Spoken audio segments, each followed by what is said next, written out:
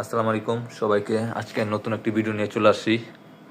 এটি হলো একটি 2021 কালার মেশিন। এখানে দেখতেছেন যে 4টা ইউনিট আছে, তার ভিতরে একটা ইউনিট বের করছি।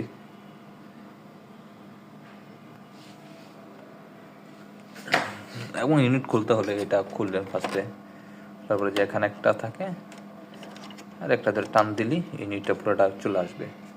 যেহেতু এখন আমাদের কাজ নেই, তো সেহেতু আবার ইউনিটটা সুন্দর ফিটিং করে লাগাই দিব।